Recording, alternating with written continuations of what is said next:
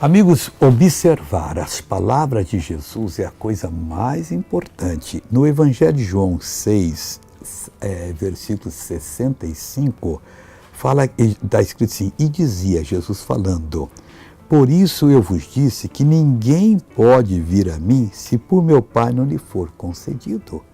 Não perca a oportunidade que você está tendo de se consagrar a Jesus, de ir a Ele mesmo, para buscar não só a salvação, mas a santificação da sua vida, aquela unção para vencer, aquela direção, aquele ministério que Ele quer lhe dar, porque, meu irmão, isso está sendo concedido pelo Pai. Você não estaria me assistindo agora se o Pai não tivesse um propósito na sua vida. Essa palavra é uma palavra de vida, é uma palavra para levantar a pessoa.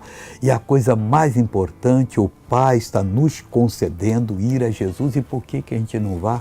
Porque Ele é o caminho, a verdade e a vida. Ele é a ressurreição e a vida. Ele quer lhe dar vida e vida com abundância. Veja essa pessoa que foi abençoada. Pro meu joelho, meu braço. O que tinha no braço? Eu não erguia ele. Até onde a senhora erguia ele? Aqui. E agora?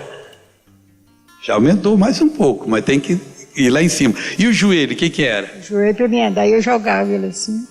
Aí ia chutando bola? É. Chutando vento? E agora? Agora tá bom, graças a Deus. Então anda bonitinha.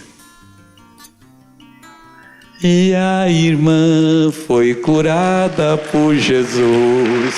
Agora eu quero fazer oração. Meu Deus, meu Pai, eu entro em batalha em favor das pessoas que estão orando, repreendo todo o mal da vida delas, reprovo e mando que saia, que vá embora, desaloje, desapareça, em nome de Jesus Cristo. E você diz: obrigado, Jesus, e amém.